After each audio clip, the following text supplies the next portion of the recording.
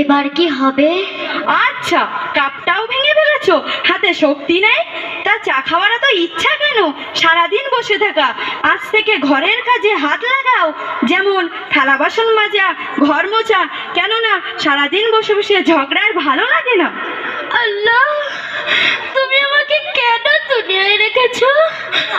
আমাকে তুলে নাও, আমার আর বইয়ের অত্যাচার ভালো লাগছে না। আল্লাহ, আল্লাহ।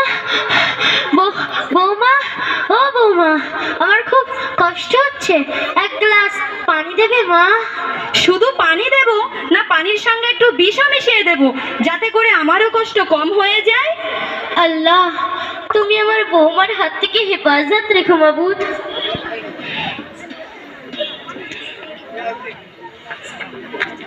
হাম্মাদ, বেটা হাম্মাদ। জি আম্মা। তুই এসেছিস বাবা?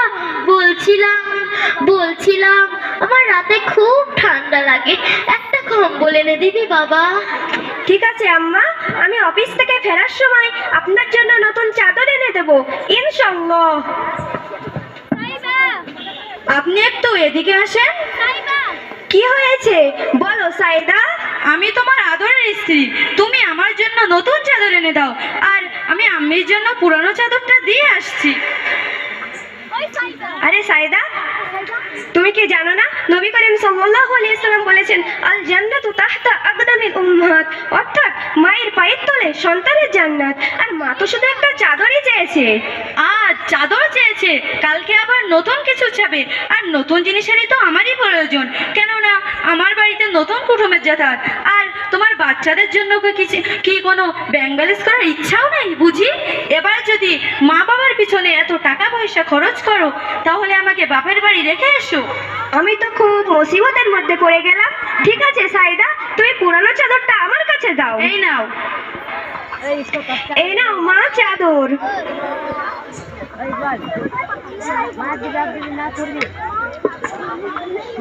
দাদিমা, আজকে আমার পরীক্ষা, আমার জন্য একটু দোয়া করবে। যা দাদু ভাই, আমি তোর জন্য মন খুলে দোয়া করছি যাতে তুই পরীক্ষায় পাস করিস। দাদিমা, তুমি তো কোনোদিন এরকম ভাবে কথা বলছো না, বলো না আজকে কেন এরকম ভাবে কথা বলছো? কই না, তুই যা পরীক্ষা দিতে যা।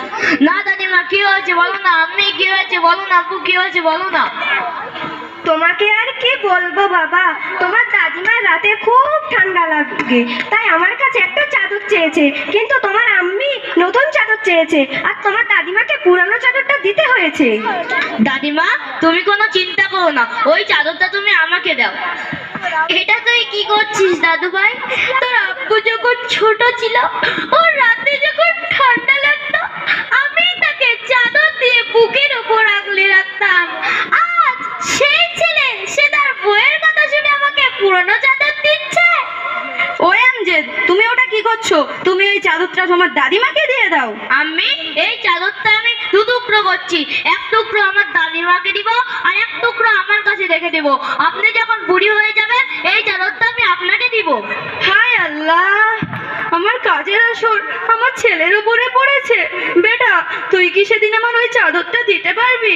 কেন দিতে পারবো না? যেমন আপনার বলায় আমার আব্বুকে এই চাদরটা আমার দাদিমাকে দিতে হয়েছে, যে আমার স্ত্রী হবে তার বলাতেও তো এই চাদরটা আমার আপনাকে দিতে হবে।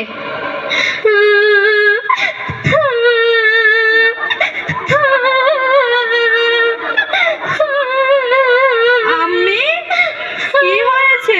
কাঁদছো কেন তুমি হঠাৎ এই সময়? এখানে বসো, এখানে বসো। বেটি বাসাইদা, তোকে আর কি বলবো, তোর ভাবি আমাকে বাড়ি থেকে বাইরে করে দিয়েছে। ভয়া কিছু বললো না? না, ও তো এখন বউয়ের গোলাম হয়ে গেছে, বউ যেটা বলে সেটাই করে। আজকালকার দুনিয়াতে মা বাবার কোনো কদর আছে? আজকালকার বৌমারা ভুলে যায় যে কাল শাশুড়ি মা হতে হবে। মা, তোমার ভাইয়ার বাড়ি থেকে বার করার আসল ঘটনাটা কি বলো তো দেখি। ঘটনাটা তেমন কিছু নয়, শুধু তোর ভাইয়াকে বললাম, বাবা আমার রাতে খুব ঠান্ডা লাগে, একটা সোয়েটার এনে দিস। তখন তোর ভাবি বলতে লাগলো, মা বাবার পিছনে যদি এত টাকা খরচ করো তাহলে আমাদের বাচ্চাদের জন্য কি জমিয়ে রাখবে? প্রতি মাসে কত হাজার হাজার টাকা খরচ হচ্ছে, আর নিজের গর্ভধারিণী মায়ের জন্য 200-300 টাকা খরচ করতে এত ঝগড়া। আরে সাইদা, তুমি তো এক্ষুনি এটা নিয়ে কথা বলছিলে, আর যখন তোমার ভাই তোমার মায়ের সঙ্গে খারাপ ব্যবহার করলো তখনই সব উল্টো হয়ে গেল। আর তুমি তো আমার মায়ের খেদমত করা থেকে বারণ করো, আর মায়ের জন্য কোনো জিনিস নিয়ে আসলে রাগারাগি করো। ছি চাহিদা, ছি, তোকে আমার মেয়ে বলতে লজ্জা করছে। তুই তোর শাশুড়ি মায়ের সঙ্গে এইরকম ব্যবহার করেছিস? মা, তুমি আমাকে ক্ষমা করে দাও, আমি আর কোনোদিন এমন করব না। তুই আমার কাছে ক্ষমা চাচ্ছিস কেন? তুই তোর শাশুড়ি মায়ের কাছে গিয়ে ক্ষমা চা, কারণ সে তোর গুরুজন। শাশুড়ি মা, তুমি আমাকে ক্ষমা করে দাও, আমি আর কোনোদিন এমন করব না। যা মা, আমি তোকে ক্ষমা করে দিলাম। আল্লাহ, তুমি আমার বৌমাকে নেক বানাও।